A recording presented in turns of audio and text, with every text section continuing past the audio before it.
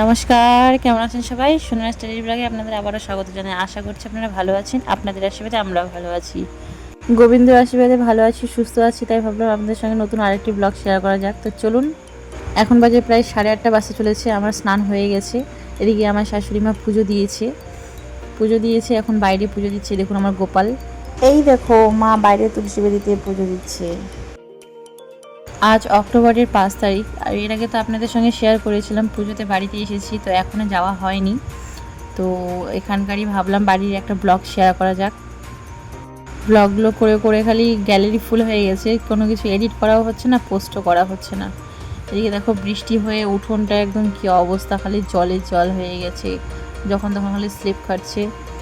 এদিকে আমার শাশুড়ি মা পুজো টুজো করে এখন এই শাক বানাচ্ছে, এদিকে লাইভও করছে, এদিকে শাকও বানাচ্ছে, তারপরে রান্না করবে। আর এদিকে আমাদের ছোটো ছোটো দেখো ছানাপোনাগুলো, এগুলো এত আদর বোঝে কি বলবো, বলার নেই। মানুষের থেকে পশু পাখিরাই আদর বেশি বোঝে। ইভেন ওরা শিকারিও খুব ভালো হয়।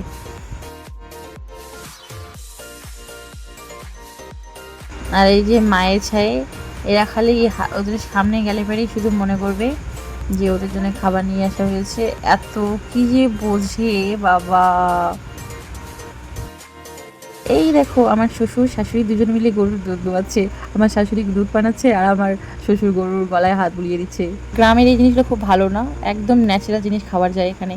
তো চলো অত বকবক করা থেকে দেখি আমার ফ্রিজে আমি আইস বানিয়ে দিয়েছিলাম, ওটা হয়েছে কি না। এদিকে দেখো আইস দিয়েছিলাম, এই একদম জমে গেছে বরফ এই নিচটাতেও, এটা উঠাতেই পারছি না এখন। এক্সট্রা তো আইস প্যাকেট তো একটা আছেই, তাছাড়াও আমি একটা আইসক্রিমের বোল ছিল, আইসক্রিম না সরি, এটা দুধের একটা বোল ছিল, এই দইগুলো যে হয় না, টক দইগুলো, ওগুলো একটা বোল ছিল, ওটা আমি বসিয়ে দিয়েছি। এটা হচ্ছে আইস প্যাকেটটা, তো হয়েছে মোটামুটি, এটাতে কাজ চালানো যাবে। আর এদিকে দেখো আমাদের সুন্দরী এত আদর বোঝে, এরা আমার এত ভালো লাগে। একে আদর করছি তো আরেকজনের হিংসা হয়ে গেল, এ চলে এলো, এবার একে দেখে আর একজন চলে আসবে।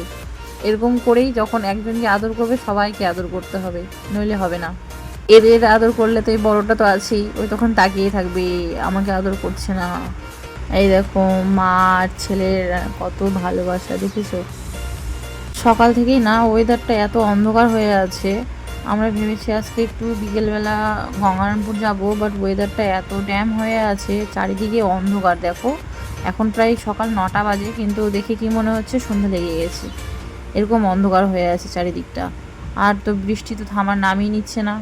আর আমার বরের অবস্থা দেখো, ওই ঘুম থেকে উঠেছে কখন, কিন্তু খেলে যাচ্ছে। ওই বাড়িতে এলে এটাই খালি করে, ওই ঘুম থেকে ওঠার পরেও ওই না হলেও 12টা অবধি খেলেই যাবে। কী যে এত খেলে বাবা ভগবান জানে। ওই খেলুক, ওর খেলা দেখে লাভ নেই, ওকে কিছু বলতে গেলে যেমন মুখ ভেঙে দিবে। তো ওই খেলুক, চলো আমরা বাইরে থেকে ঘুরে আসি।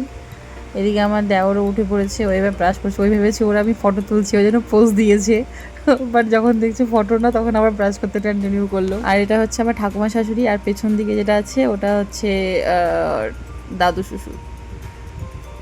ঠাকুমা শাশুড়িকে পোজ দিতে বলছে আমার ভাই, আর পোজ দাও। অনেক কিছু করা হলে অনেক কিছু খাবার ব্যবস্থা করতে হবে, ভাইও কাজে যাবে, তাই হচ্ছে একটু পাস্তা করে নিই। এদিকে আমাদের উনিও উঠে গেছে, উনি ব্রাশ করে নিচ্ছে, তো উনি পাস্তা খাবে না, উনি মুড়ি খাবে। আমি আর ভাই পাস্তা খাবো, তাই একটু পাস্তা করে নিলাম। এদিকে আমাদের উনি মুড়ি খাচ্ছে, ভাই এদিকে পাস্তা খেয়ে কাজে চলে গেছে। তো আজকের ব্লগটি এতটুকুই রাখছি। তোমাদের আমার ব্লগটা কেমন লাগছে আমাকে একটু কমেন্ট করে জানিও। যদি ভালো লাগে একটু পাশে থেকো, একটা লাইক কমেন্ট করে। সবাই ভালো থেকো, সুস্থ থেকো। আজকের মতন এখানেই, টাটা।